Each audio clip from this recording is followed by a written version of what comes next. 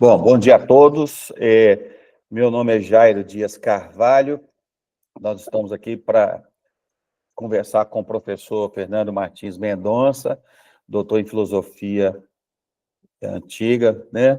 E sobre o conceito de energia ou de energeia em Aristóteles. Então, antes de começar a discutir com ele, eu queria dar o contexto. E é interessante o contexto. Tem um grande pensador, um grande intelectual americano, chama Václav Smil, que ele vai dizer que o estudo da energia ele é muito variado, muito dispar, e aí que era preciso organizar um conjunto de variáveis para você poder entender o que ele chama de uma energética geral. Então, ele faz diz assim, olha, existe uma energética planetária, uma energética biótica, uma energética física, né? Uma energética social, quiçá uma energética espiritual. Então, o objetivo do grupo, viu, Fernando, é a gente, então, tentar entender a história do conceito de energia na tradição ocidental e na tradição chinesa, nesse primeiro momento, para a gente poder subsidiar a nossa reflexão sobre filosofia da energia. Então, esse é o objetivo. Quer dizer, nós começamos lá com Aristóteles, o pai do termo, né? E aí nós já fizemos 2 reuniões, e aí uma conversa que nós tivemos é se o conceito de energia ou de energeia é equívoco ao conceito de energia nas ciências físicas. E aí esse texto, que foi o texto que o professor Fábio Coelho sugeriu, e aí nós chegamos numa conversa aqui que é assim, ó, por exemplo, ele fala que a energia em Aristóteles é uma indução e uma analogia. Então, eu tomei a liberdade de tentar interpretar a analogia, o conceito de analogia. Então, o conceito é analógico. Então, eu entendo o conceito de analogia em Aristóteles por causa do Pierre Robin, quando ele vai falar sobre a pluralidade dos sentidos do ser em Aristóteles. Então, a energia se diz em muitos sentidos, né? Um sentido metafísico, um sentido ético, ou a energeia se diz, né?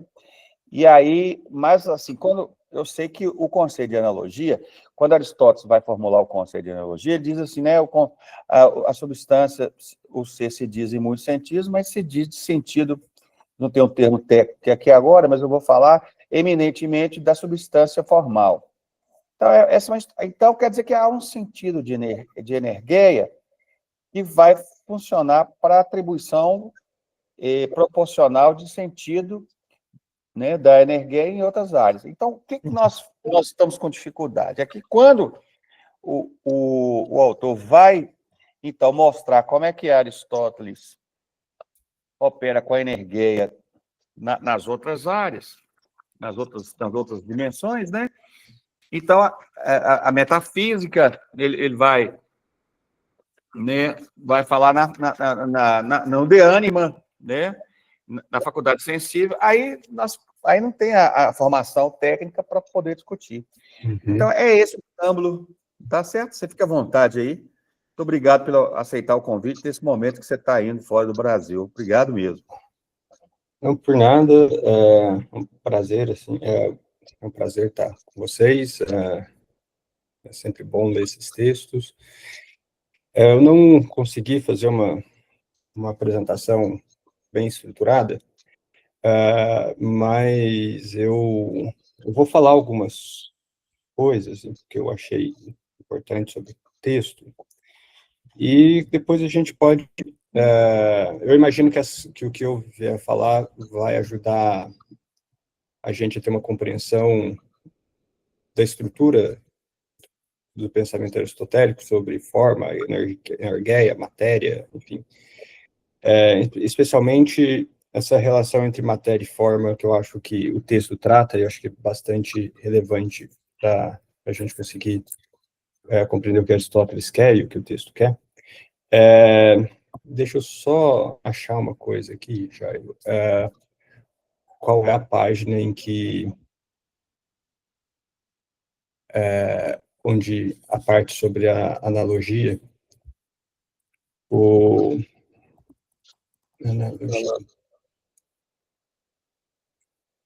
eu procurei nos meus grifos aqui, eu não consegui achar ainda.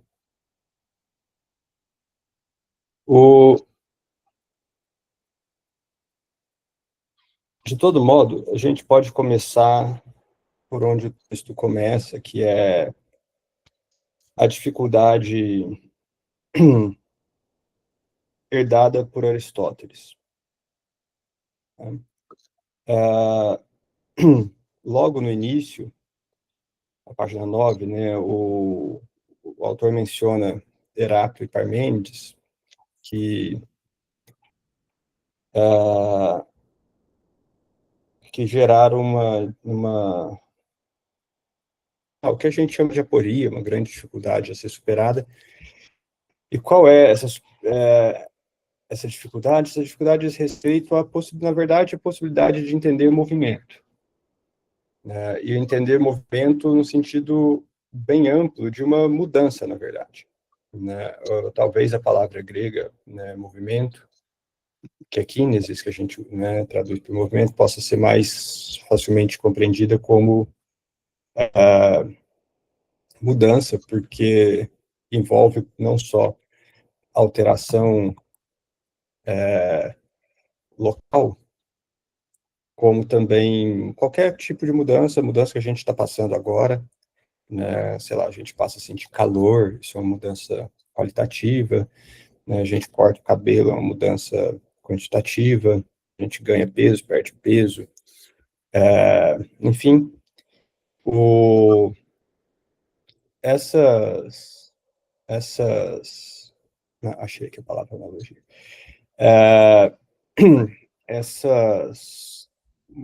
a compreensão da mudança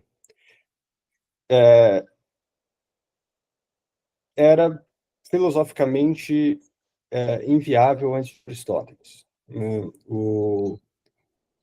A gente tinha uma ideia vinda do Heráclito, que é bem conhecida, né? Tem aquela frase famosa de que ninguém entra duas vezes no mesmo rio, porque o rio já é outro, a pessoa já é outra.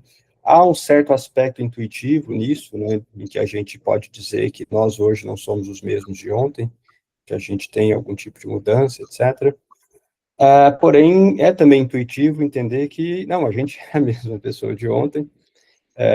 Eu estou aqui porque o Jairo me convidou, e o Jairo que me convidou é o mesmo Jairo que está aqui. Então, eu não estou atendendo ao convite de uma pessoa diferente. Né? Então, nem o Jairo convidou uma pessoa diferente. Então, a gente tem esse problema com a filosofia heraclitiana, e entendendo o movimento como um fluxo contínuo, em que não há nada de permanente, a gente tem a impossibilidade de compreender o movimento. Porque assim que se não há continuidade, mesmo que a gente pudesse conhecer alguma coisa, quando conhecêssemos uma coisa, ela já seria outra. Então, a gente tem a impossibilidade de conhecimento, isso significa a impossibilidade de uma ciência da natureza. Parmênides tentou resolver isso dizendo o seguinte, né, é bem mais confuso, bem mais difícil entender Parmênides, mas que, no final das contas, a mudança é um certo tipo de aparência. A gente não entende muito bem o que ele quis dizer com aparência, né? O grego, assim como o português, envolve uma noção de aparência em dois grandes sentidos, no sentido de que é falso, algo parece, mas essa aparência é falsa, e tem o sentido de aparência que é simplesmente fenomênica, aquilo que se mostra. Né? A gente pode a gente pode dizer, a gente usa essas palavras em português, a gente pode dizer o seguinte: o Instituto de Filosofia parece um hospício, e a gente acha que ele só parece um hospício, mas na verdade não é assim, ou a gente não sabe, mas ele tem, ou é falso dizer isso. Ele parece, mas a gente sabe que não é assim. O grego, a palavra, todo o vocabulário em volta da palavra fenômeno, que daí veio o nosso fenômeno, envolve essa possibilidade de dois sentidos. O fenômeno é aquilo que está sob a luz, tá? É o que está sendo iluminado, é o que a gente pode perceber, coisas assim. E por isso aparência.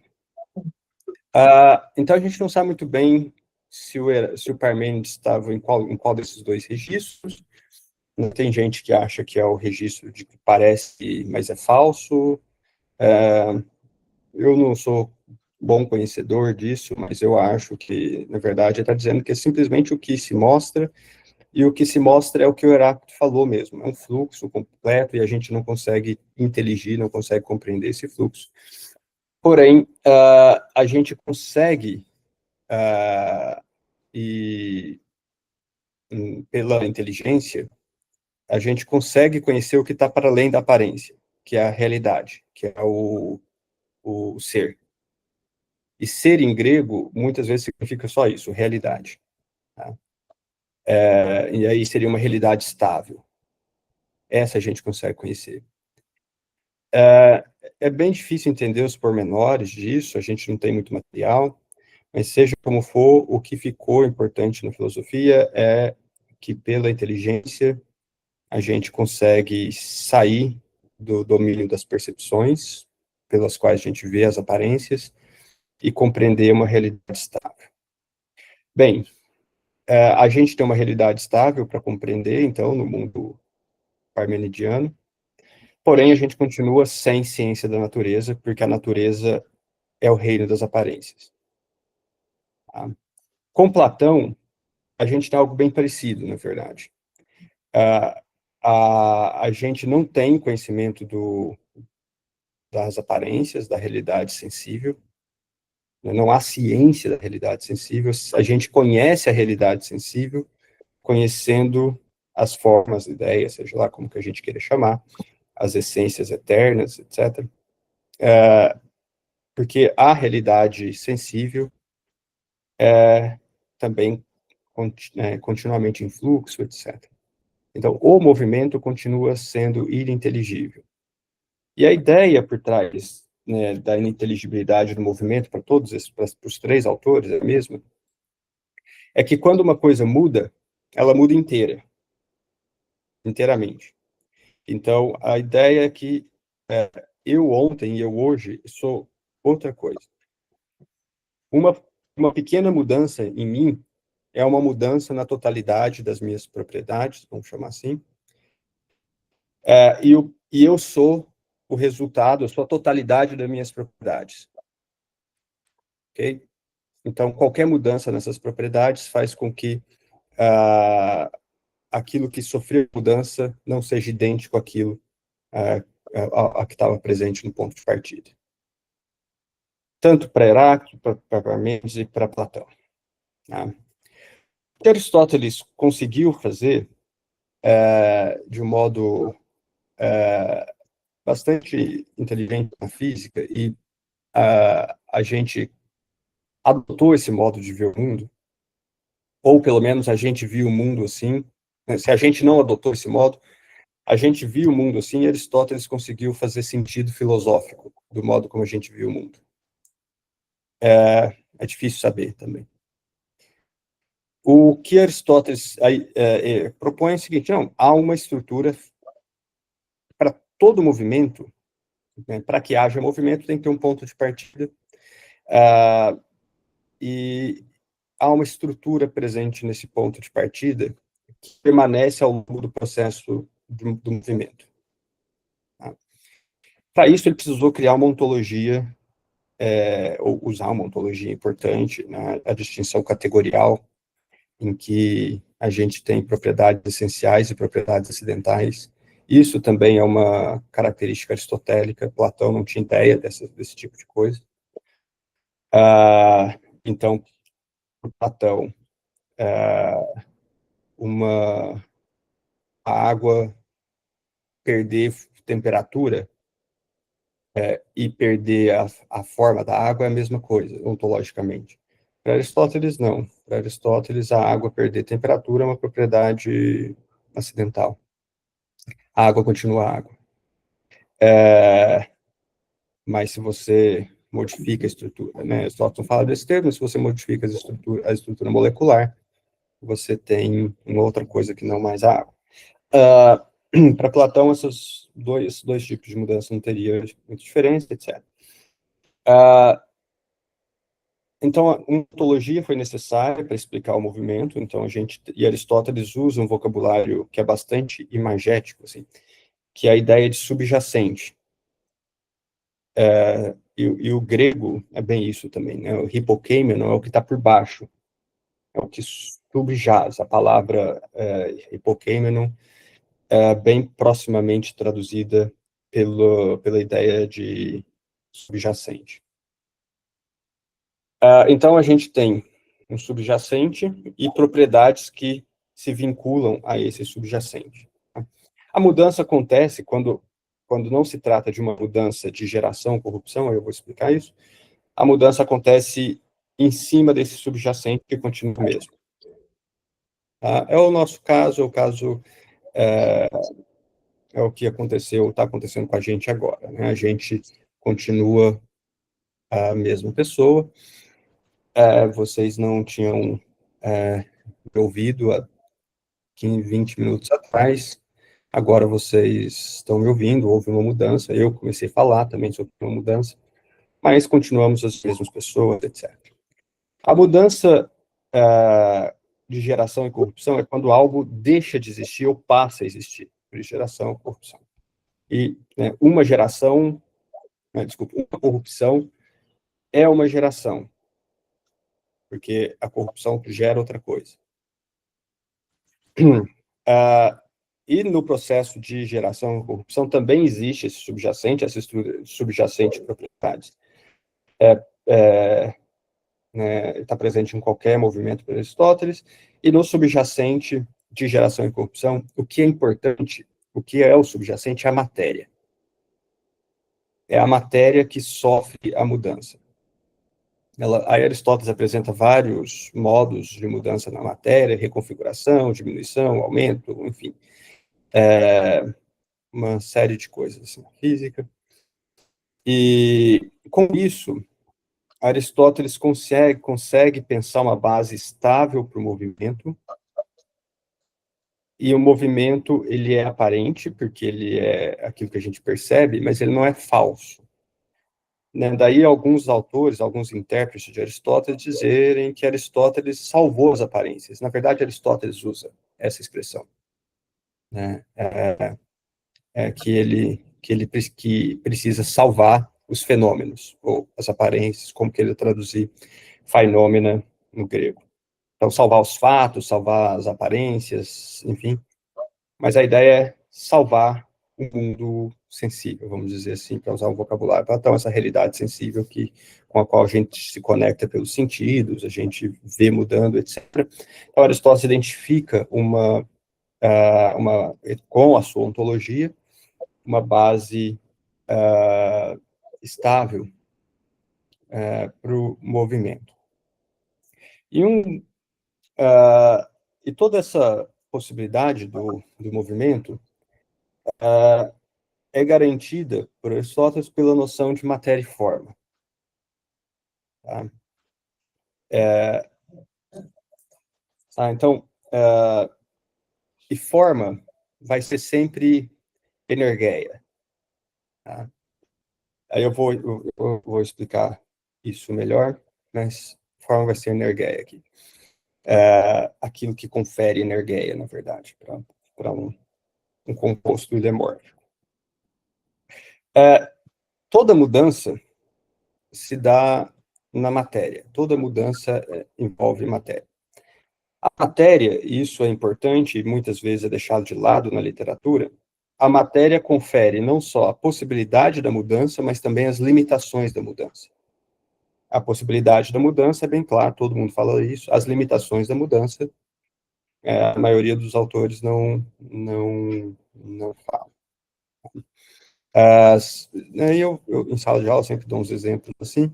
A gente só consegue, sei lá, caso a gente tenha, acho que não é o caso de nenhum de nós aqui, mas se a gente quiser pintar o cabelo, a gente só consegue pintar o cabelo porque a matéria do nosso cabelo é uma matéria que consegue gerar uma adesão à tinta. A tinta fica presa no nosso cabelo. Se o nosso cabelo fosse absolutamente liso, né, talvez a tinta não ficasse presa nele. E, então, seria a matéria que limitaria a possibilidade de pintar o cabelo. Ok? Então, matéria é tanto aquilo que possibilita quanto aquilo que limita os movimentos. E o que é matéria? Tá? E aqui eu vou começar a falar sobre a ideia de analogia. E o que é matéria? Né? Eu acho que eu falei naquela apresentação que eu fiz já há uns meses atrás, mas eu não tenho certeza se eu falei, mas matéria é uma noção que Aristóteles cria também. Assim como ele cria a noção de energia, ele cria a noção de matéria. Até Aristóteles, a noção de matéria era algo meio... Bem, o texto fala isso, né, que Aristóteles cria. Não se tinha uma noção clara, não se tinha um conceito para matéria. Em Platão há o uso de um termo que chama cora, que é algo informe, que a gente não sabe muito bem o que é que o demiurgo, o deus demiurgo, molda para gerar o mundo. É algo completamente indeterminado, enfim. Mas isso não é a noção de matéria. Né? A cora não é a noção de matéria. E matéria, para Aristóteles, é um termo relacional. Eu acho que isso, se eu não me engano, o texto não menciona, mas isso é uma noção importante para a gente entender por que não, né, e o texto diz isso várias vezes, que não existe matéria, que matéria é uma indeterminação fundamental, como ele fala. E o texto também fala alguma coisa aqui, quer ver?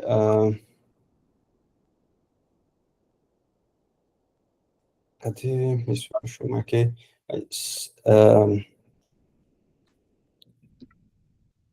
Enfim, o texto menciona várias vezes que a matéria é privação, que a matéria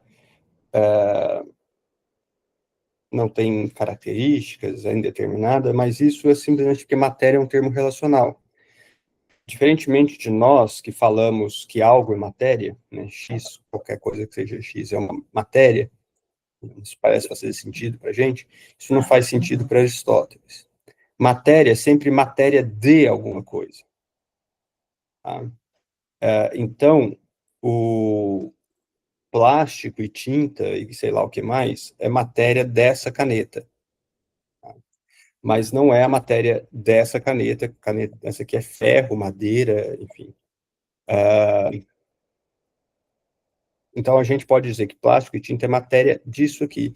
Mas se eu quiser conhecer o plástico que está presente aqui, eu não vou mais chamar o plástico de matéria. Aí eu vou tentar entender qual é a matéria do plástico. Então, como uma relação, a gente precisa de dois termos, ou mais, né? Mas sempre, no caso, dois termos. Então, a gente diz, a sintaxe da relação é sempre X é matéria de Y. E o significado de matéria aqui é aquilo que constitui Y. Tá? Matéria, então, tem esse sentido bem forte de constituição, aquilo que constitui algo. E o importante é que esse algo precisa existir para ter matéria. Então, não existe matéria daquilo que não existe. Tá? Eu vou falar sobre matéria inteligível, eu entendo um pouquinho diferente do que o texto apresentou. Então, eu nunca posso dizer o seguinte, uma casa, a casa tem matéria, terá como matéria tal coisa. A gente entende essa frase, mas a ideia é que só há matéria quando há casa. Quando eu tenho tijolos, e madeira, e fios, e cimento, eu não tenho ali matéria. Tá? Eu tenho um conjunto de coisas que vão ser compostas, né, vão ser combinadas para gerar uma casa, e só há matéria de casa quando houver casa. Tá? Isso é bastante importante. Aqui, então, nesse caso, matéria e forma, né, e o que organiza, bom, forma é só isso, forma é o que organiza a matéria, tá? Não tem mais do que isso na forma para Aristóteles. Forma é o princípio de organização da matéria em vista de uma finalidade. Eu vou chegar lá também, porque o texto também fala sobre isso. Então, nas coisas que existem no mundo, que a gente vê, toca, enfim, só existe matéria quando existe naquela matéria a forma organizando a matéria. Então, assim como não existe casa sem ter a casa, né, também não existe a matéria de casa sem ter a casa. E não existe a organização da casa sem que haja casa.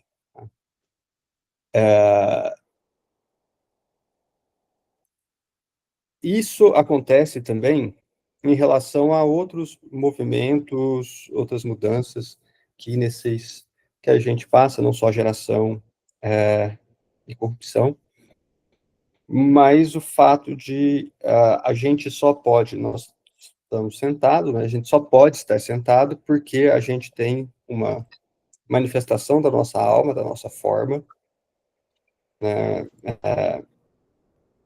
que gera um desejo de estar sentado, mas a gente só está sentado porque a gente tem a realização material desse desejo. E para Aristóteles é assim com os nossos desejos, é assim com os processos orgânicos, e é assim com o nosso pensamento. Há uma polêmica em relação à parte da alma que alguns intérpretes acham que sobrevive, etc., depois da morte, eu acho que não.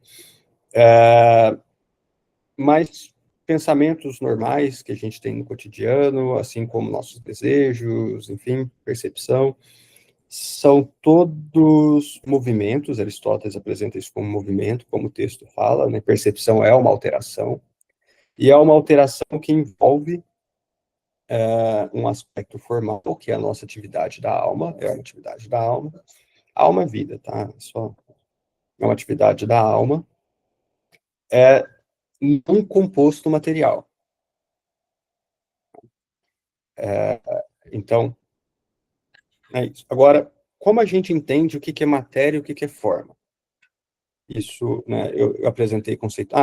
Antes de falar sobre isso, a noção grega para matéria é engraçada, assim, algum grego bem anterior a Aristóteles não entenderia essa noção, porque Aristóteles usa o termo rilé, que é madeira, tá? Podia ser floresta também, mas na época do Aristóteles era madeira, era tábua, para falar a verdade. Por que tábua? Porque, pensem no navio, as tábuas são aquilo que constituem o navio, que fazem um navio poder ser organizado. Ela é suscetível de receber uma certa organização, né, do navio. Então, Aristóteles toma um termo cotidiano e faz dele um conceito filosófico relevante. Bem, mas como a gente entende o que é matéria, o que é forma? A gente entende por analogia. Eu separei um texto aqui onde Aristóteles fala isso. Eu vou tentar projetá-lo para vocês. Não sei se eu vou conseguir. Deixa eu só tentar ver aqui. Vamos ver se vocês conseguem ver. Vocês estão vendo aqui esse texto em destaque.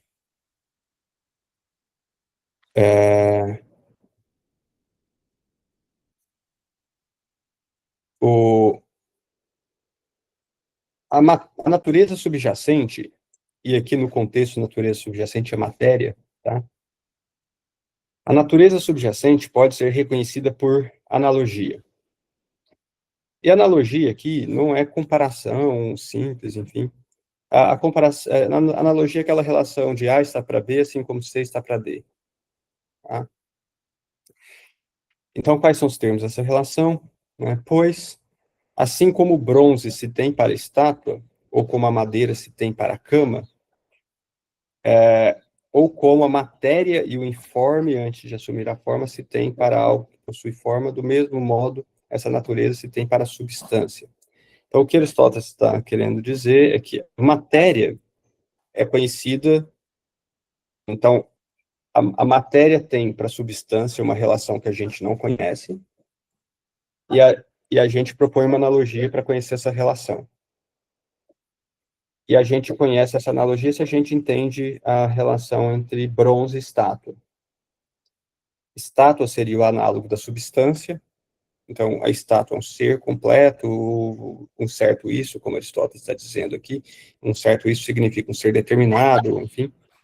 Vocês estão ouvindo meu cachorrinho fazer escândalo por causa do gato, que não dá moral para ele. Então, uma estátua de bronze, né? Então a gente tem estátua bem determinada, com forma, formato, uma série de características, é bonita, é resistente, sei lá o quê. Tem a cor ou dourado, ou aquele bronze, né, que é bronze, ou verde, porque o bronze fica verde quando oxida. Tem todas essas características e a gente entende que aquela estátua é constituída de bronze.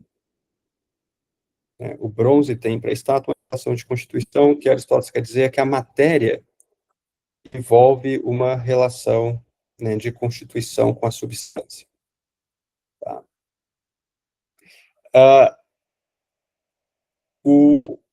E não existe, portanto, né, tem mais uns textos para mostrar, depois eu volto, não existe algo que seja pura matéria. Então, tá? Os medievais inventaram isso, uma matéria primeira, informe, enfim. E Aristóteles usa a expressão matéria primeira, proter hilé, mas a matéria primeira não significa primeira nesse sentido que ele está dizendo, que os medievais dizem que é uma matéria primordial, significa como a matéria relevante, tá? Aristóteles usa muito o termo primeiro nesse aspecto. Então, a matéria primeira do ser humano é carne e osso, como Aristóteles diz. É a matéria relevante para explicar, né, aqui.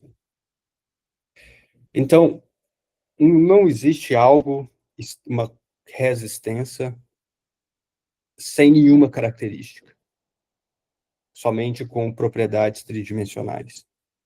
Tá? O que existe, existe com alguma forma. Mesmo que a gente não ligue para isso, a gente não se preocupe em conhecer, não se preocupe em dar nome, mas essas coisas existem. Então, sei lá, um pedacinho de... um pedaço de galho da árvore que está no chão é uma coisa específica, com forma, matéria, e se aquilo vem a se tornar um artefato, se a gente acha bonitinho, leva para casa, etc., a gente está tornando aquilo um artefato. Ele não era um artefato, ele era alguma coisa qualquer, e um resíduo na natureza. E a gente está, né, tornando um artefato. As pessoas fazem muito isso com... daqui a alguns meses elas começam a coletar na rua aquela espiga de semente de ipê, que vai começar, né, o ipê floriu, vai começar a tentar reproduzir, vai soltar aquelas espigas, assim. Tem gente que usa aquilo para fazer artefatos, assim, de decoração. No Natal tem aquela pinha, enfim. A natureza não produz aquilo como artefato, obviamente é a gente que pega e transforma aquilo como artefato, mesmo que o trabalho seja só levar para casa. Bem, aí, e quando a gente faz isso, o que a gente está fazendo agora é aplicando uma forma naquela matéria. Como assim a gente está aplicando uma forma naquela matéria? Quando a gente transforma algo num artefato, mesmo que seja somente esse aspecto, pegar na rua e levar para casa, a gente está transformando aquilo que era um resíduo natural, tá? Sem muita função, dependendo do que for, num objeto de decoração. A gente está imprimindo uma função naquilo, e ao imprimir uma função naquilo, que é uma função decorativa, a gente está imprimindo uma forma também. Mas, enfim, eu vou falar isso depois, quando falar da realidade. Então, essa estrutura básica de matéria e forma que perpassa o texto. E analogia é entendido, basicamente, entendida nesse sentido, né? O texto insiste, e eu acho que isso pode ser meio controverso na literatura, que a noção de energia é sempre análoga também. Eu acho que a gente entende que a energia é análoga porque é sempre energia de algo, do mesmo modo que a matéria é sempre matéria de algo. Tá? E o que Aristóteles quer dizer com isso, né, é que não existe algo no mundo solto aí como energia, existe nem como matéria. Então existem árvores, a árvore tem uma forma, tem uma matéria, e por ter uma forma de vida, ela tem uma atividade própria, que é energia. E é uma atividade anímica, porque árvores são vivas, etc., é uma atividade anímica. O objeto de decoração, como uma pinha que cai da pinhão lá, pinha que cai da árvore, e a gente traz para casa, enquanto cumpre uma determinada função, que é essa função de objeto decorativo, também tem uma energia, né? Tem um estado ativo ali de servir como objeto decorativo. A diferença da árvore para o objeto decorativo é que a árvore faz isso por natureza, como Aristóteles diz, por princípio interno de movimento, que ela é viva. Nada se torna um objeto de decoração por si mesmo. Tá? É a gente que transforma. Então, em relação a isso, no capítulo 2 do livro 2 da Física, Aristóteles tem um trechinho aqui que eu separei.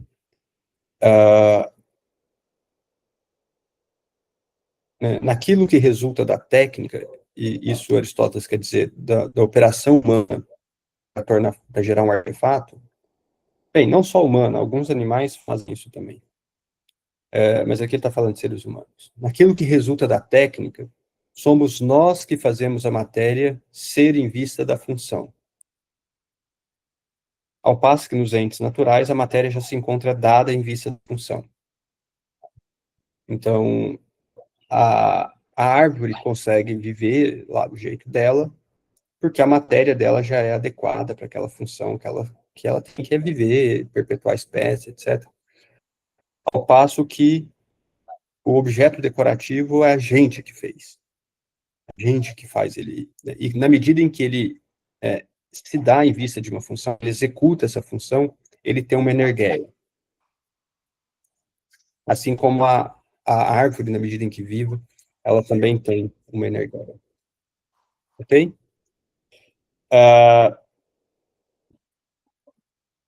E eu tenho mais um texto aqui, e aqui vai ser importante, o último texto que eu trouxe, que foi inclusive o texto que eu dei para os alunos explicarem na disciplina. E essa forma é natureza mais do que matéria, pois cada coisa encontra sua denominação quando é efetivamente, quando é em ato, em energeia, e mais do que quando é em potência. Aqui a palavra para efetivamente aqui deve ser energeia. Então, o que Aristóteles está dizendo aqui é o seguinte, né? A forma é mais natureza, e natureza é um termo técnico aqui, significa princípio interno de movimento.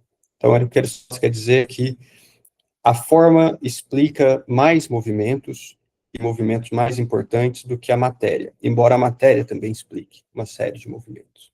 Tá? E a principal razão para a natureza, para a forma ser mais natureza do que a matéria é que algo, efetivamente, a gente denomina algo como tal quando ela está em ato. Né? Então, a gente só fala que tem cama quando a madeira está organizada de determinado modo, ou ferro, qualquer coisa. Quando a gente tem madeira ou só ferro, a gente não chama aquilo de cama. Então, o fato de ser potencialmente não torna a coisa o que ela é, o que faz a coisa ser o que ela é ter uma organização em ato, ou em atividade, em energeia. Tá? E, portanto, e não, né, nunca existe matéria e forma separadas, a gente só, como eu falei, entende só por analogia, essa situação. Bem, com isso, eu acho que a gente pode passar pelos subtítulos do artigo.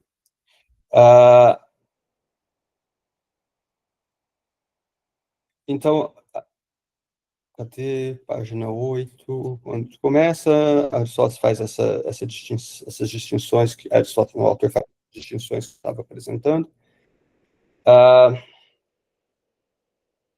Aí tem um subtítulo, que é o subtítulo sobre a Gênese, né, a criação, e nisso tem a ver com, né, eu já expliquei essa parte, e só um acréscimo, né, ali na página 13, ele vai dizer que a gênese absoluta é um surgimento do não ser, e, portanto, uma forma de nada, e depois vai dizer que isso não existe, porque todo processo de mudança, como eu falei lá no início, supõe um ponto de partida, tá? Material. E supõe um ponto de partida material, sem o qual a gente não consegue explicar a mudança. Tudo bem? A gente não consegue explicar a mudança. A ideia do ser e não ser aqui, para Aristóteles é o seguinte, né? Aquela aporia que eu montei no início poderia ser explicado o seguinte: todo movimento parte ou vai para o não ser. Porque não ser é aquilo que simplesmente não é.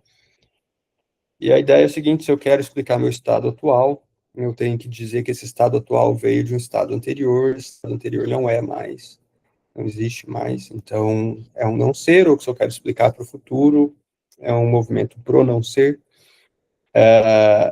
e isso, sem a ontologia que eu mencionei, né, nenhum desses autores conseguiu resolver. Aristóteles dá uma boa explicação, porque ele entende que não ser existe apenas como privação, não existe não ser absoluto, existe não ser como privação. E ele usa uma explicação bem interessante para isso, né? O professor, enquanto professor, dá aula, orienta aluno, qualquer coisa assim, mas professor, enquanto professor, não joga bola, não joga futebol. A não ser que seja um professor de futebol, né? Mas professor de filosofia, enquanto professor de filosofia, não joga futebol. Professor de filosofia pode jogar futebol, mas não é enquanto professor de filosofia, não é porque é professor de filosofia. A propriedade relevante para jogar futebol não é ser professor de filosofia. Aristóteles vai dizer, então, que professor de filosofia, que professor de filosofia, acidentalmente, joga futebol. Tá? Isso é importante porque ele consegue explicar como funciona essa estrutura do não ser. Não ser enquanto não ser não existe, porque é um não ser.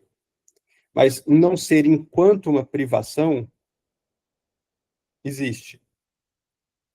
Existe em cada um de nós agora, até onde eu sei, nenhum de nós é multimilionário, né? Se for, eu quero tornar muito amigo de vocês, mas se... então, ser multimilionário é uma privação em nós, ok? É um não ser que depende de nós para existir.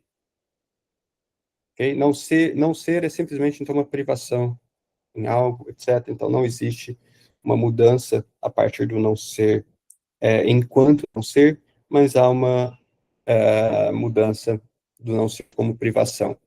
E toda mudança parte de um estado privativo para um estado de posse. E é isso que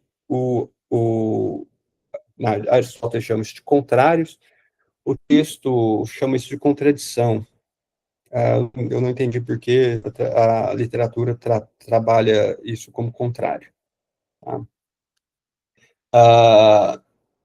Então, não é que a matéria né, envolve uma contradição, se ela, a matéria é suscetível de uma passagem de um oposto para o outro, de um não ser para um ser, de um estado privativo para um estado de posse. E é assim, o dia que o Jairo se tornar multimilionário, é porque ele vai ter passado da privação de não ser multimilionário para a posse de ser multimilionário. Tá? Então, essa a parte sobre não ser, seria essa passagem do estado privativo para o estado de posse, é uma passagem de atualização.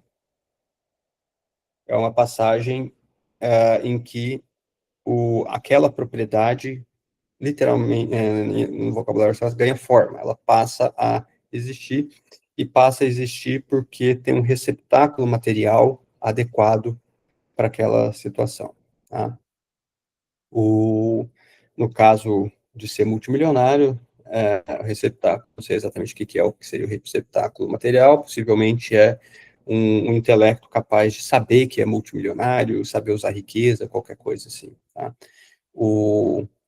Tem aquele gatinho lá em Paris que ganhou uma herança bilionária, não sei se vocês sabem disso, um estilista famoso, eu acho, morreu, não tinha parentes, deixou uma herança bilionária para o gatinho. E aí criou uma fundação para verificar se as pessoas estão cuidando bem do gatinho. Tudo. Então, o gatinho é bilionário. Mas o gatinho não tem a menor ideia disso. Então, não sei se a gente pode chamar que o gato é, né, bilionário ou não. Seja como for, a matéria precisa estar presente e ser suscetível daquele material. Item 4. O ser animado é uma substância e energia de um corpo orgânico tendo a potência de viver. Aqui é a definição de vida para Aristóteles, tá? No De Anima, né? Ou de alma, né? É um princípio, né, que tem potência, né, de viver. Essa potência de viver aqui não é uma... tem dois tipos, né? Aristóteles usa a noção de energia em dois sentidos, assim como a noção de potência em dois sentidos. Ele mesmo chama de primeiro e segundo, tá?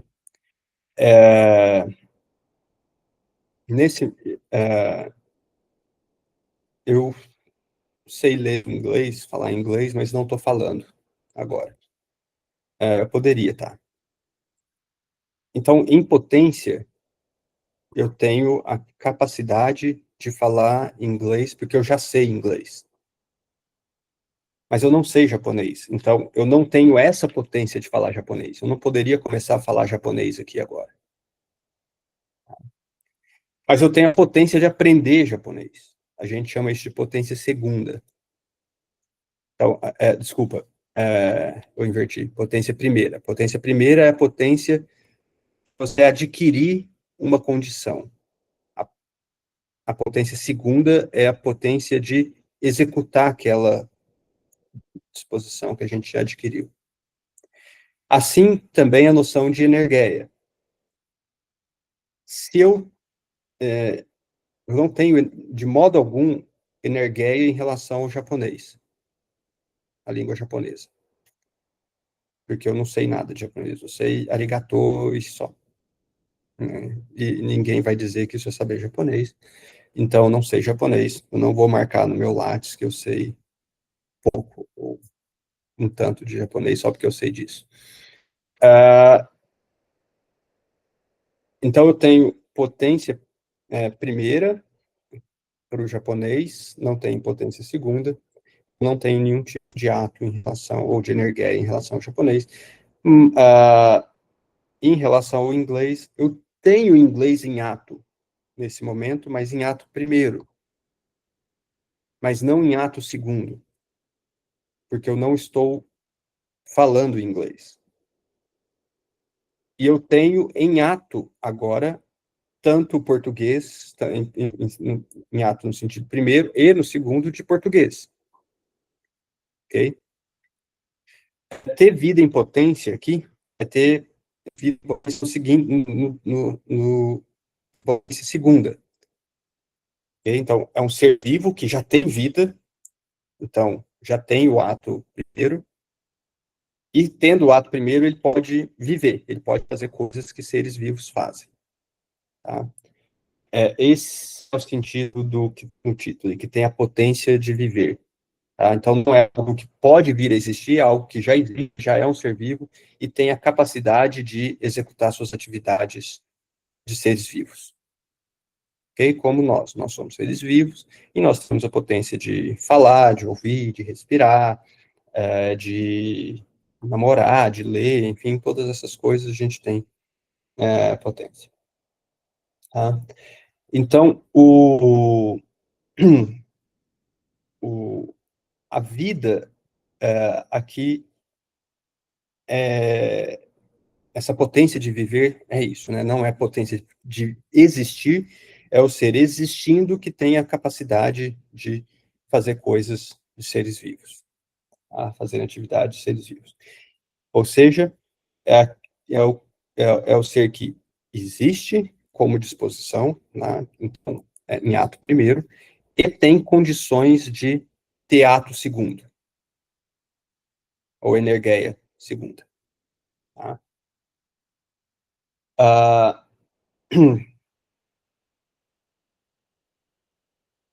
Então, esse é o importante sobre o ponto 4, sobre o ponto 5. Né? A faculdade sensível não existe por energia, mas por potência somente. O que Aristóteles quer dizer aqui é que, né, a percepção é simplesmente uma potência, porque a faculdade de perceber, a percepção existe em ato, mas a faculdade de perceber é sempre potencial. Ela é passiva, a gente recebe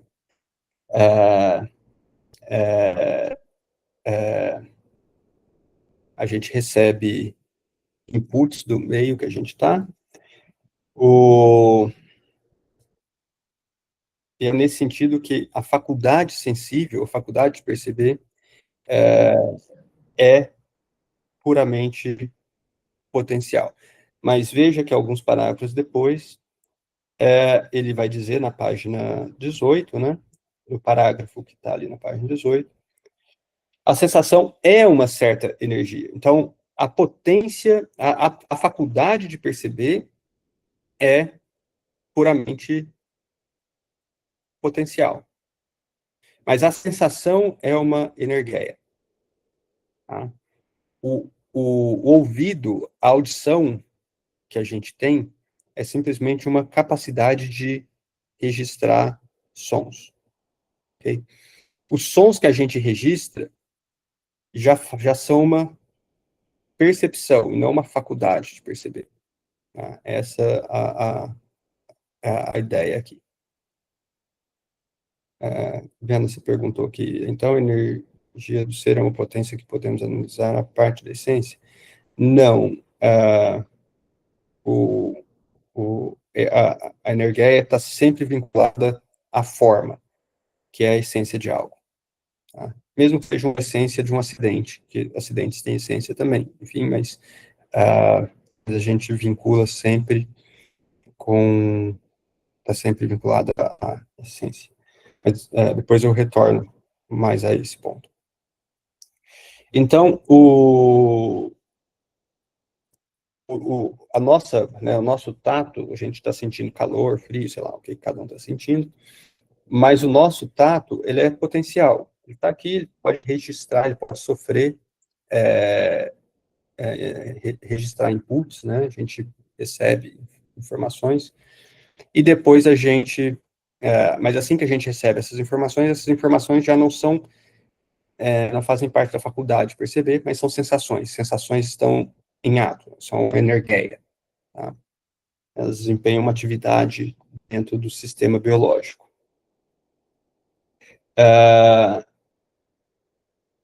E aí, quando eu falo sistema biológico, né, acho que está claro agora, que é uma relação que envolve uma atividade anímica dentro de que precisa de um substrato material adequado para isso. É isso que o texto está dizendo. Eu não vou ler em francês, porque minha pronúncia em francês é ruim, então vou traduzindo rapidamente aqui, né? Então, nesse parágrafo da página 18, a sensação é uma certa energia, a sensação, segundo a energia, é um tipo de alteração, a sensação pertence ao corpo e à alma. A percepção não é própria nem da alma, nem do corpo, pois o princípio da potência é também o da atividade, e o que se chama de sensação como energia é uma espécie de movimento da alma com intermediação do corpo. Então, né, sentir calor ou frio, ou o gosto de uma maçã, ou do café, que eu vou tomar agora,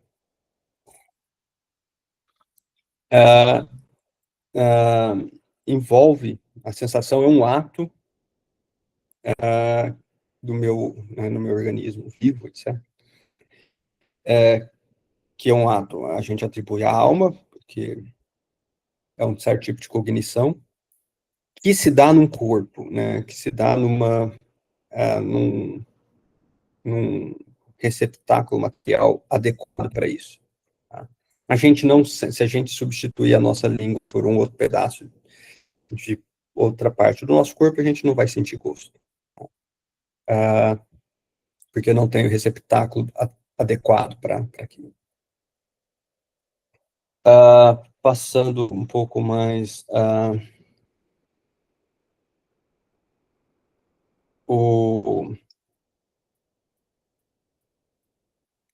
essa parte, a energia do espírito, isso eu achei bem estranho, assim. Eu não entendi o que ele quer dizer com espírito.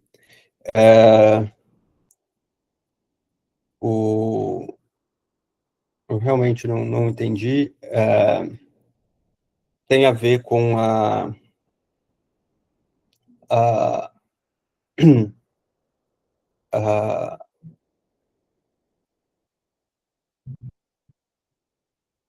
que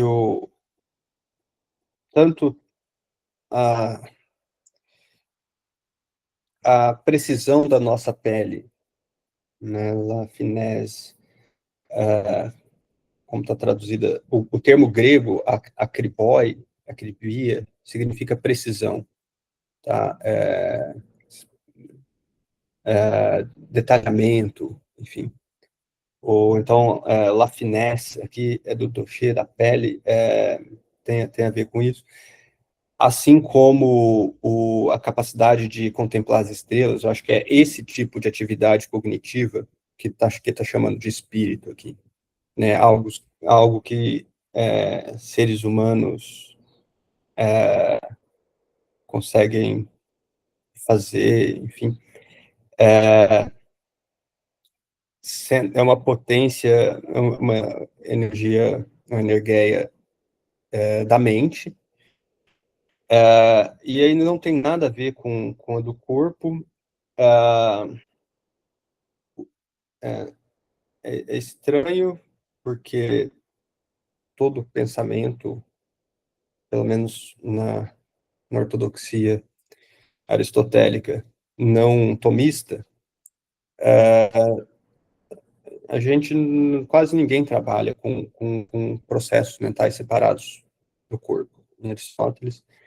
Então, pensar a linha geométrica, pensar o céu, etc., deveriam ser processos ilemórficos, ou seja, pensamentos que se realizam numa matéria. Tá? Por outro lado, não são, e isso talvez seja importante aqui, não são as propriedades materiais que explicam esse pensamento. Tá? Isso é relevante. Tá? Bem, passando para o sétimo, a felicidade é uma energia psíquica, né? Segunda virtude mais perfeita. Eu não lembro se vocês estavam lá quando eu falei, alguns meses atrás, para o grupo. Eu dei exatamente esse exemplo, o texto, que é bem importante. Mas o que Aristóteles quer dizer é o seguinte, né? A vida boa para o ser humano, e é isso que felicidade significa, felicidade não é alegria aqui, é um estado de vida boa para o ser humano, é um certo tipo de energia. A vida ruim também, qualquer vida é um certo tipo de energia. Agora, e não é só, e do ponto de vista da vida moral, né, enfim, do bem-estar, não é só uma energia biológica. Tá? É uma energia das disposições propriamente humanas, e não ter uma boa atividade, portanto, uma energia biológica, pode tornar a sua vida muito ruim. Então, você não tem eudaimonia, não tem felicidade. Tá? Por exemplo, ninguém diria que pessoas com dores excruciantes, assim, ou que passam fome, ou que, enfim, sofrem muito, têm uma vida boa, ou têm a melhor vida do ser humano. E é isso que eudaimonia significa. Eudaimonia não é um estado subjetivo de contentamento.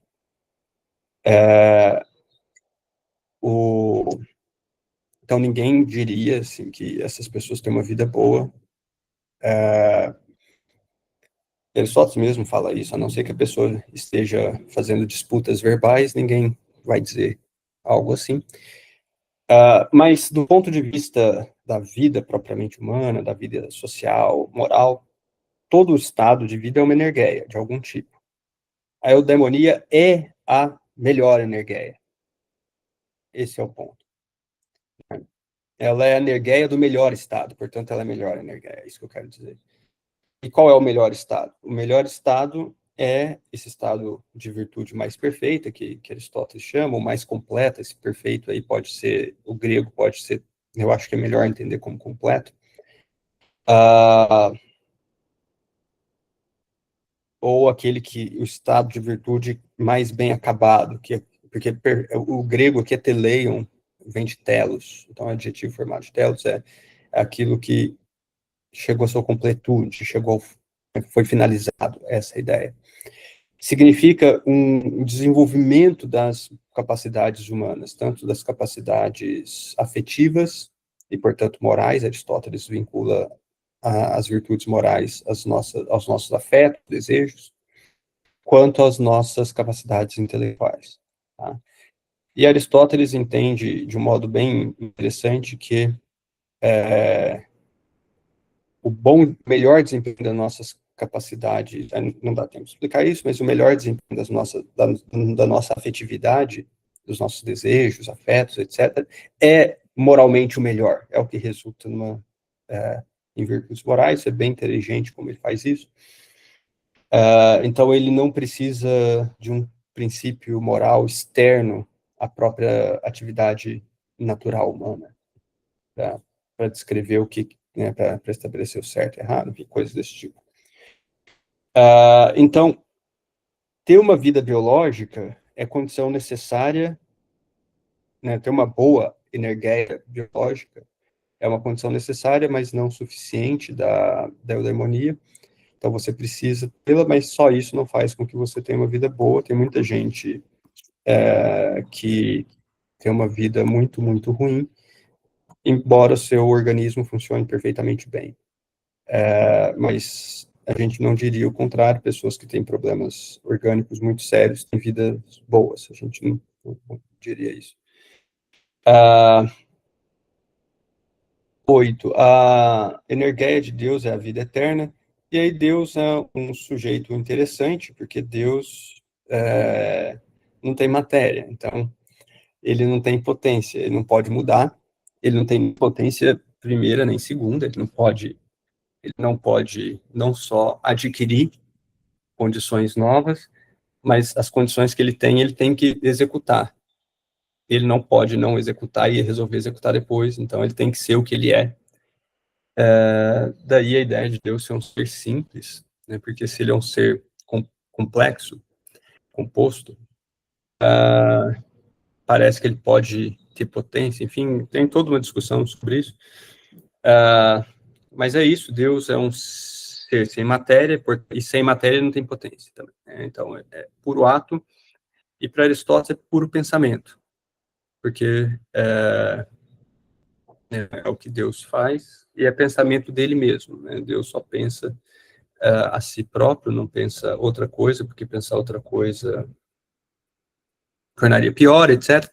E Deus move o mundo como causa final, não como causa eficiente. Ou seja, Deus não cria o mundo. E Deus não faz o mundo girar por ato de Deus. O mundo gira por ato do mundo, que quer imitar Deus.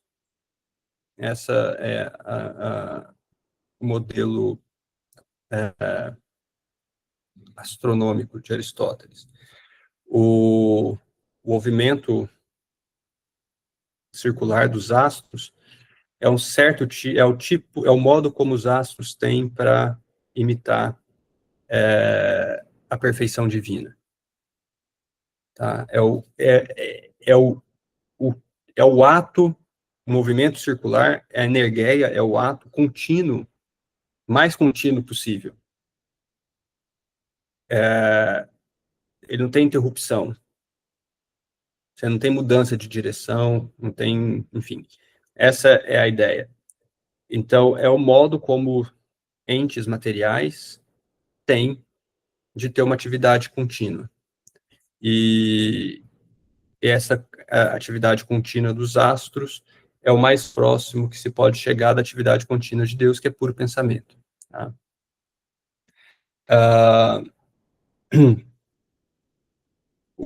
E Deus, portanto, move, né, ele está sempre em ato, é a melhor atividade que existe, a melhor energia que existe no universo, e ele move com causa final. Tá? Então, ele não faz nada para mover, mas ele atrai o mundo. Né? E a energia é uma atividade interna de uma potência sobre efeito de um outro e para um fim. Então, energia tem a ver com, sempre, né, é um estado, uma atividade da forma. Tá? E assim como a forma é um princípio interno de movimento, como eu mostrei no texto, a energia também, ela é interna, ela é inerente, ou imanente, enfim, pode usar como quiser. e ela é aquilo que resultou de uma potência que era uma privação.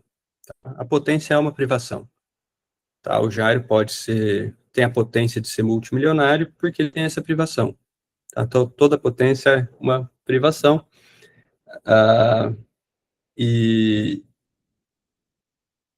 E aqui é importante, né, para Aristóteles, boa parte dos movimentos que existem no mundo são orientados por um fim. E ser orientados por um fim não quer dizer simplesmente que tem um ponto de chegada, é bem mais do que isso, é que esse fim determina como o movimento é feito. Tá? Né, se eu quero chegar num faqueiro, num ferreiro, e pedir para ele uma, uma faca para cortar peixe, fazer sashimi, mas eu quero uma excelente faca, uma faca que tem o fio, né, bem, se vocês são vegetarianos, me desculpe o exemplo, mas eu quero uma excelente faca, e eu quero uma faca que não perca o fio facilmente. Então, eu dei ao faqueiro, ao ferreiro, o fim que ele deve buscar na atividade dele. Isso determina como ele vai fazer a faca. Isso vai determinar o material que ele vai usar, ou seja, a matéria da faca, vai determinar como ele vai fazer a faca, os processos de fabricação da faca, etc. Se eu pedisse uma faca, não, eu quero uma faca baratinha, enfim, não me interessa muito, desde que seja, sei lá, de aço damasco, sabe que é o aço damasco, enfim, sem nenhum requisito de que, olha, o fio tem que ser excelente, etc. Ele vai fazer uma faca de aço damasco com processos possivelmente bem diferentes dos processos que eu pedi no primeiro exemplo, que eu quero uma faca que mantenha o fio, etc., que seja excelente. Então, a orientação por um fim não significa apenas ter algo no final que deve resultar do processo, mas é que o fim determina como o processo vai ser realizado, tá? Eu posso dar 1 milhão de exemplos sobre isso, mas vamos lá, se a gente quiser escrever um artigo para uma revista muito exigente, muito exigente, a gente toma uma série de cuidados para escrever esse artigo. Se você vai escrever um artigo sobre o mesmo tema para uma revista pouco exigente, possivelmente você não vai tomar os mesmos cuidados que você tomaria para a revista super exigente.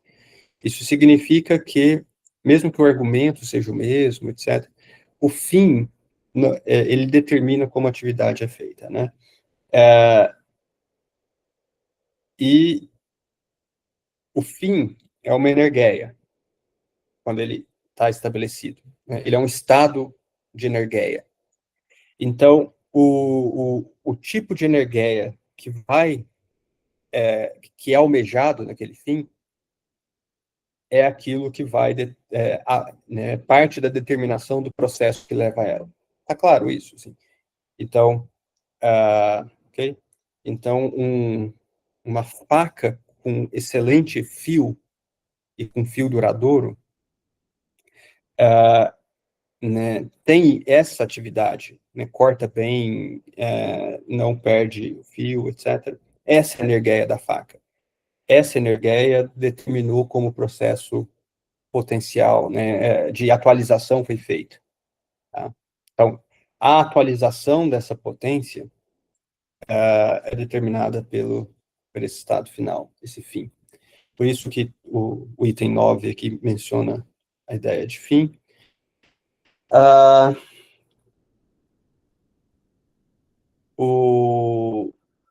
Aqui, né, tem o item 10 também é meio polêmico, de que não há uma energia analógica, política, objeto técnico, etc. Objetos técnicos têm energia, assim, Aristóteles é bem claro. Assim, uma bicicleta, enquanto bicicleta, ela tem uma energia, assim como os exemplos decorativos que eu dei. Se você pega lá a pinha que caiu da árvore e coloca, faz uma cesta de pinhas para fantasiar, não, para decorar a casa no Natal, para fazer uma guirlanda, etc., qualquer coisa assim, aquilo tem uma energia. Não tem uma energia natural, mas tem uma energia porque é um estado em ato. Tá? Agora, coisas como o azar, né, a sorte, etc., isso não tem energia, porque o azar aqui é interessante, a fortuna, o azar, enfim, o fortuito é melhor para traduzir. O fortuito é simplesmente o cruzamento de duas linhas causais independentes, tá? Então, Aristóteles dá exemplos, assim, você vai no mercado, encontra seu devedor, o devedor te paga, então, ninguém foi você foi no mercado para comprar fruta, o seu devedor também foi no mercado para comprar fruta. O que explica o pagamento? Né, num mundo teleologicamente orientado. O que explica o pagamento? O que Aristóteles vai dizer, não, foi fortuito. São duas cadeias causais independentes que se encontraram, e ali alguma ação não intencional no seguinte sentido, não planejada, não tomada como fim, ocorre. Assim também quando, sei lá, cai um pedaço de pedra da parede e esse pedaço de pedra cai de tal modo que serve como um banquinho. Ok? Pensa, não sei se é possível, mas a gente consegue imaginar. Não é que a natureza fez aquilo como um banquinho. É um pedaço de pedra que aleatoriamente caiu e, do modo que caiu, serviu para, né, seres humanos se sentarem, etc. Bem, o infinito, mudando de assunto, o infinito, para Aristóteles, é sempre uma noção potencial, não existe infinito em ato. O,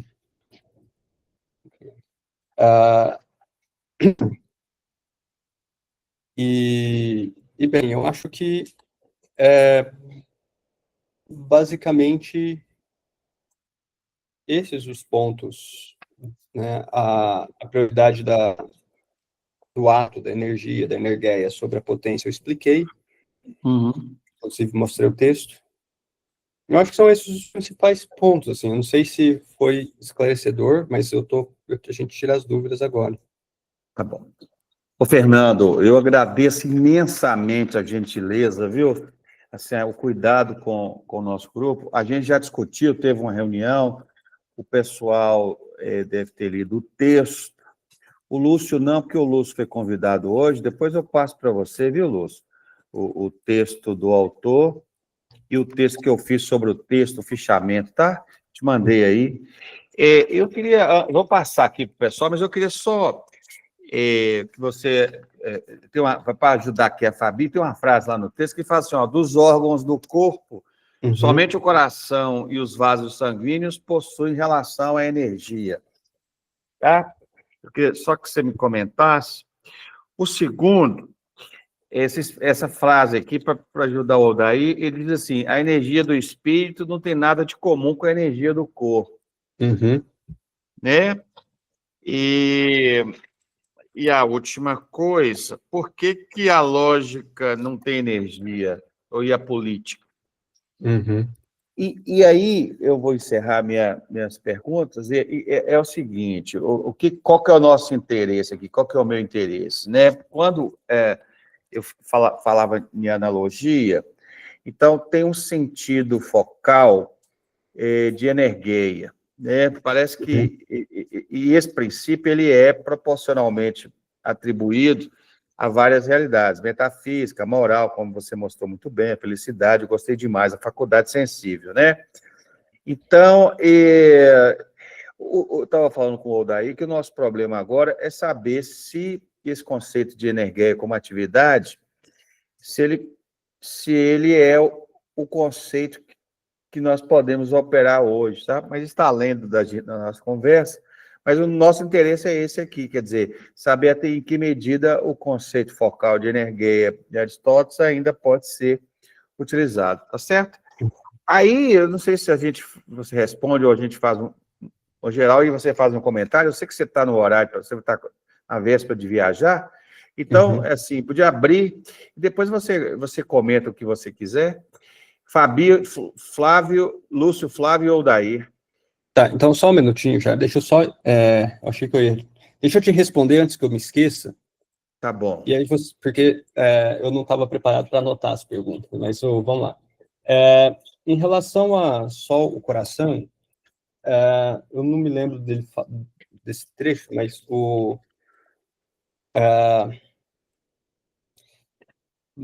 Os órgãos do corpo, somente o coração e os vasos sanguíneos possuem relação à energia. Eu tenho um pouco de dúvida tá bom. sobre isso, porque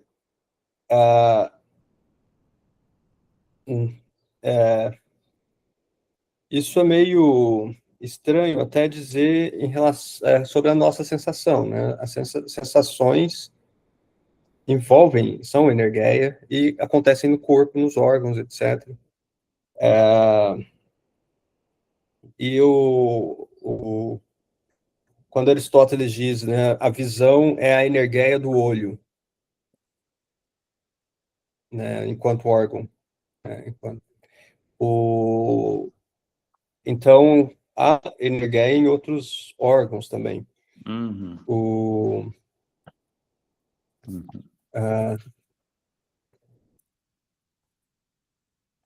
Então, tá.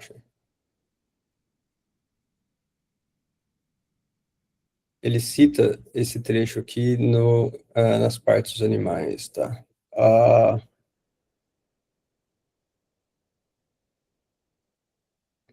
Os animais sanguíneos, segundo que eu tenho. Eu acho que ele selecionou um trecho que não representa todo, né, o grosso, né, da obra, né, do Aristóteles. Aristóteles fala o tempo todo, fala assim, energia da mão, energia do pé, então uma mão paralisada não seria nem mão para Aristóteles, porque ela não, sei lá, se a gente corta todos os nervos aqui, mas continua a alimentação sanguínea, mas essa mão não mexe mais, Aristóteles disse, isso aí é mão por ambiguidade, né? Por homonímia. Porque mão tem que cumprir uma função, tem que ter uma energia. Tá? Da política, a política que eu não... É difícil entender o que ele quis dizer por política, porque, de um certo sentido, Aristóteles entende política e ética no mesmo viés, né, sendo a ética uma atividade particular da política. E um certo modo de entender a política é a ideia de atualizar uma cidade boa, tornar uma cidade boa. A política de Aristóteles, a obra política, ela tem naturezas, né, diferentes. Ela tem uma parte bem descritiva, mas também tem uma parte explicativa sobre a natureza da cidade, etc. E tem uma parte prescritiva, assim como a ética aristotélica tem aspectos prescritivos, a política também tem. Então, quando ele diz aqui, né, a ética vem a ser energia, pois ela é um desenvolvimento de si, do indivíduo, eu acho que a gente pode entender a política como desenvolvimento da polis. Eu acho que isso não é, né, nada errado do ponto de vista aristotélico.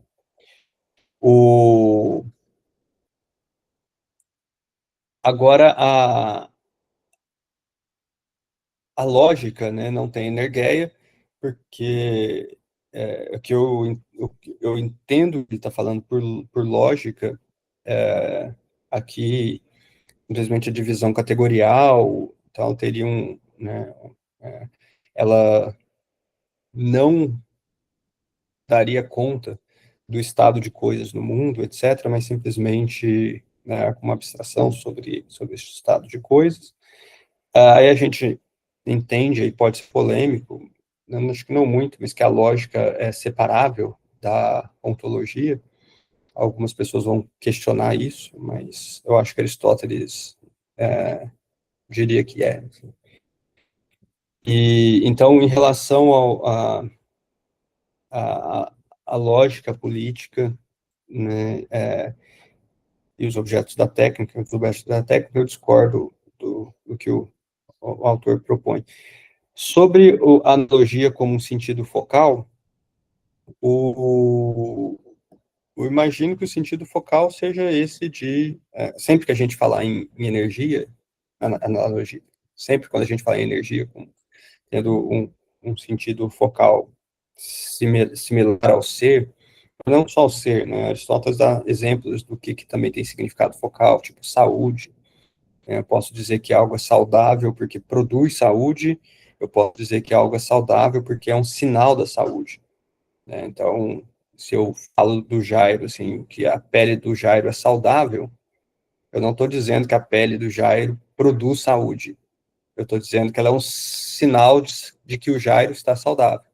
Mas eu posso dizer que, sei lá, chá de erva cidreira é saudável porque, sei lá, para que enfim, mas no sentido de produzir saúde. Ainda assim, há um significado focal. O que é o significado focal de saúde? Para os gregos, é o equilíbrio dos humores. Né? Bile amarela, bile negra, sangue, né? As características sanguíneas e... esqueci o que era o outro.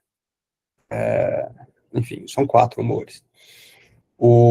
Então, ao dizer que a pele do Jairo é um sinal de saúde, que ele está saudável, significa o sinal do equilíbrio dos humores no organismo do Jairo, assim como eu digo que o chá produz saúde porque ele propicia o equilíbrio de humores. A unidade focal seria, em relação à energeia, seria algo como a atividade daquela coisa enquanto ela é o que ela é, enquanto tal. E tinha uma outra coisa, Jairo, essa terceira eu me esqueci. É rápido. A energia do espírito não tem nada de comum com a energia do corpo. Sim. Então, esse trecho eu achei um tanto estranho. Primeiro porque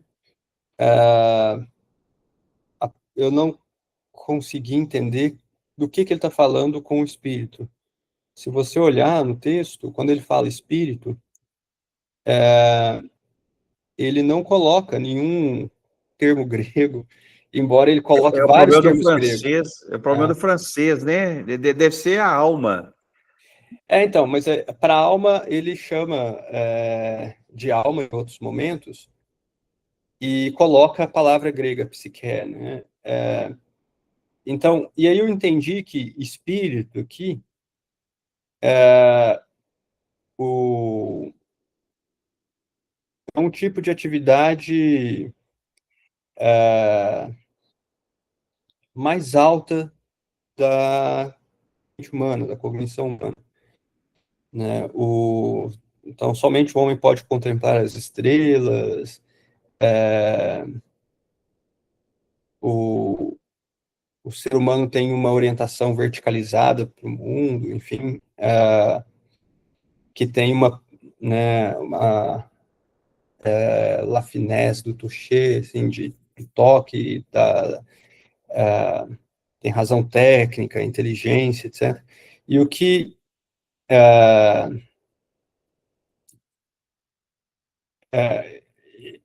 eu entendo aqui é que no De Anima, né, e são essas citações que ele apresenta na nota JP 68, também no 67, o Aristóteles diz que existe uma parte da alma, que ele chama de nous,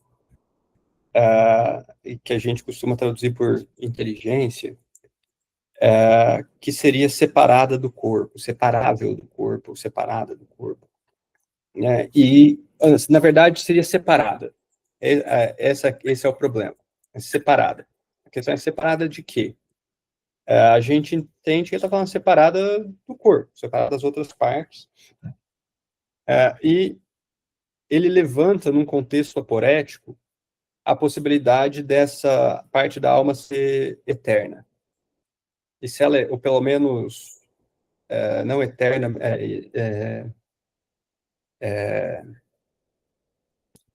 como chama quando não morre? Imortal. Tá? Ela sobrevive à morte. Mas isso no contexto aporético. Então, tem uma discussão enorme sobre essa separação, e essa sessão aqui me parece que está comprando a ideia de que há mesmo, né, essa separação. Tem uma parte da alma que seria a parte mais superior da nossa alma, das atividades cognitivas superiores, aquelas pelas quais a gente faz filosofia, matemática, contempla, faz ciência, que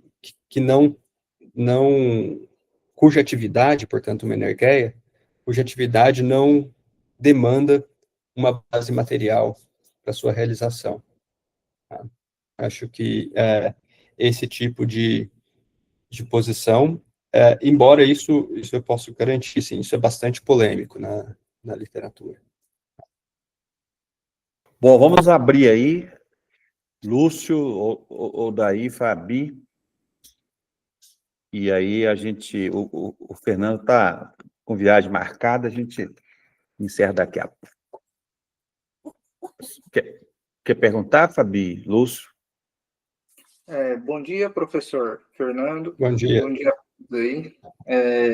Professor, eu que eu entendi, assim, uma questão, parece que a energeia, né, sim, é o que eu estou imaginando, ou fazendo relacional, né, como o senhor mesmo diz aqui a matéria, né? Me passa uma impressão, porque tem três energeia, né, na fala do senhor, né? Energeia da matéria, energeia que, no caso, está relacionada à felicidade, né? E energeia de Deus, né? Que é propriamente o ato puro, né? O energeia de Deus me passa a impressão que ela não tem essa relação relacional, né? Ela é imóvel, ato puro, né? Agora, a energeia da matéria, praticamente, ela necessita, né, dessa relação relacional, vamos dizer assim, né? Agora, a energeia da felicidade, vamos dizer assim, talvez eu estou sendo imprudente até na própria fala, né? Essa energeia felicidade, ela é relacional. Necessariamente precisamos ser felizes, assim, o que explica a busca da felicidade, né? No sentido até, porque sempre quando eu leio partes de Aristóteles, sempre fica na minha mente enquanto, né, o ato e potência, né? Privação é o potência, né? Sempre privação, e o ato é o ato propriamente, né? Em relação que é mais simples assim para a gente imaginar, a semente até a árvore, né? Mas e a felicidade? Como explica se é possível explicar nesse sentido relacional, né? Se é possível fazer essa analogia aí da segunda energeia. A energeia é relacional no sentido de que é sempre energeia de alguma coisa. Uhum. Né? Então, a energia de Deus é relacional porque a energia é do pensamento. Então, é uma atividade de Deus, né? Então, Deus tem uma atividade que é pensar. Né? Não, então, não faz sentido simplesmente dizer Deus tem uma atividade que é pensar. Então, a energia de pensar, né? Do pensamento. No caso da eudaimonia, bem, todo mundo deseja vida feliz, mas não é que a gente é obrigado, enfim, a gente é irrazoável, e para os gregos isso é um sinal bastante forte de irracionalidade. Na verdade, eles acham isso impossível, eles têm umas respostas para isso. Você fazer o mal para si mesmo. Tá? Você só faz o mal para si mesmo porque aquele mal é visto de um modo ou de outro como um bem.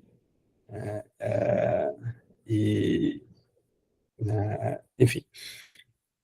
Mas não, a felicidade, a felicidade não é algo que a gente é obrigado a seguir, enfim, mas é alguma coisa desejável no sentido de que todo mundo deseja a melhor vida possível. Se você sair perguntando na rua, todo mundo vai falar assim, você deseja, né, viver bem? As pessoas vão falar, claro, desejo. Elas vão ter muita dificuldade para dizer qual é a vida boa e que é viver bem. Né? A ideia de Aristóteles, e lá na Ética a Nicômaco ele faz isso, olha, as pessoas vão identificar coisas muito diferentes, como viver bem, e aí ele tem um argumento para propor que, olha, viver bem é a atividade, a energia das virtudes morais e intelectuais. E, para você ter virtudes morais e intelectuais, você também tem que ter uma série de bens externos, que ele chama. Então,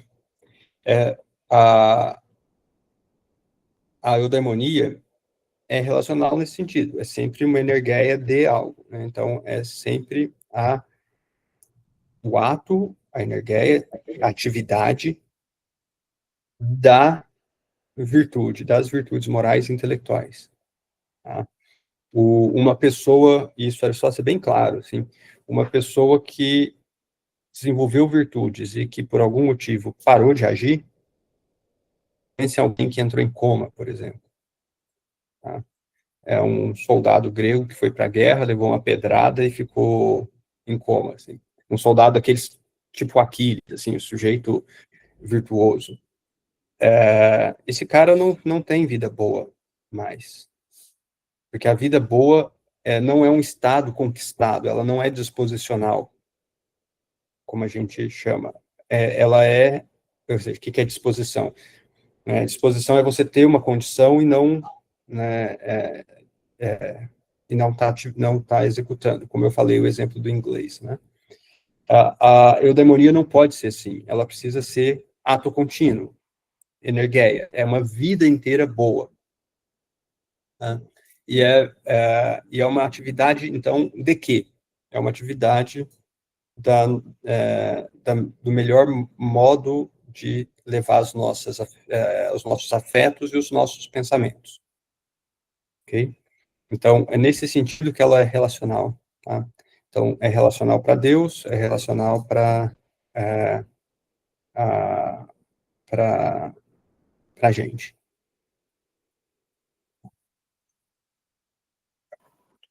Obrigado Odair, você. Odair Sensei, por favor. E aí a gente parte para a parte final. Maravilhosa palestra. Obrigado. Bom estar aqui. E, de acordo com a minha pesquisa, a gente sempre olha por um aspecto, que é a compreensão do conceito de energia na sabedoria chinesa e entender como começou esse conceito de energia, né? Que, digamos, nosso mundo aqui com Aristóteles. E a busca da compreensão do que diz principalmente Aristóteles, né? E agora com a filosofia chinesa, eu estava aqui curioso para saber se a energia, para comparar com o Qi, né, chinês, que tem um sentido de uma possibilidade, aquilo que movimenta para algo, para uma transformação.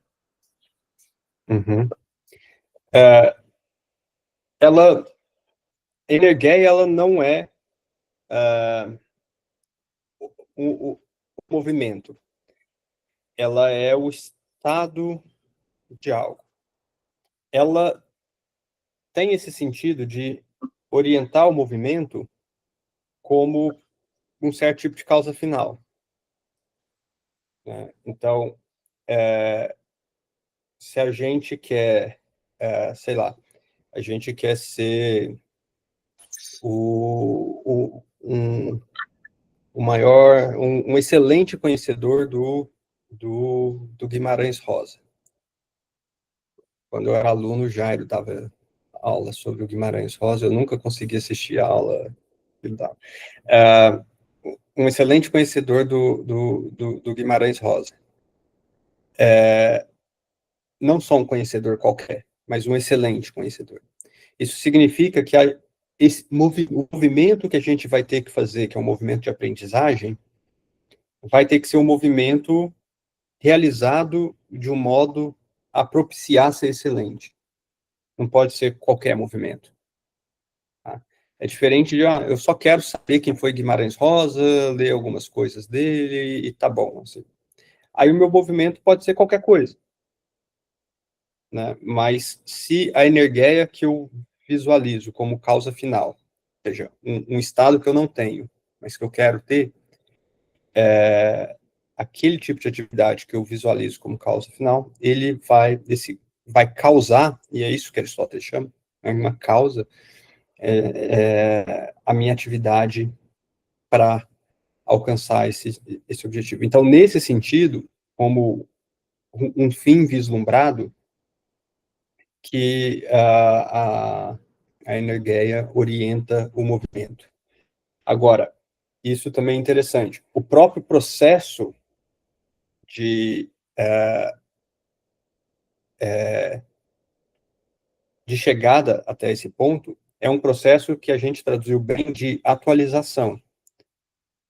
A gente está transformando aquela energia que a gente tem como causa final, né, em ato, em verdade, em algo que existe. Tá? O grego tem os verbos para isso também, né, baseado no substantivo energeia. Assim como a gente tem o substantivo ato, a gente tem esse processo que é a atualização e o verbo atualizar, o grego tem também. Então, e o que é o atualizar? O atualizar é tentar, é o processo de tornar aquela atividade final, lá, o ato, em algo, né, real. Tá? Aí, nesse sentido, sim, o processo de atualização é o processo de movimento, mas o ato, a energia, não é movimento, ela é o resultado. Ela é a atividade que resulta. Ok? Tá certo. Nós temos muitas coisas para perguntar, mas a gente vai encerrar. O professor está viajando pós-doutorado na Alemanha, a gentileza de nos ajudar. Eu espero que você seja muito feliz lá. Se você precisar de alguma coisa, né, o Jairo, eu estou precisando, você manda mensagem, estou à sua disposição. E eu gostaria muito que você, depois que voltar, continuasse nos ajudando a entender esses conceitos de energia, né? E ajudar a gente a ter uma compreensão bem organizada do conceito, que nós estamos pesquisando, trabalhando isso. E felicidade, muito obrigado, né? Boa viagem, juízo e cuidado com as cervejas e os vinhos alemães. Beleza. O juízo eu vou deixar aqui para não perder lá. Então, não, mas é isso, Jair. Obrigado você, foi bem legal. E a gente continua, assim, trabalhando junto, fazendo as atividades. Pessoal, um abraço também. Muito obrigado. Bom falar com vocês. Eu vou Obrigado. parar a gravação aqui, então, e aí a gente conversa. Então, um abraço para Beleza. todos. Para a gravação.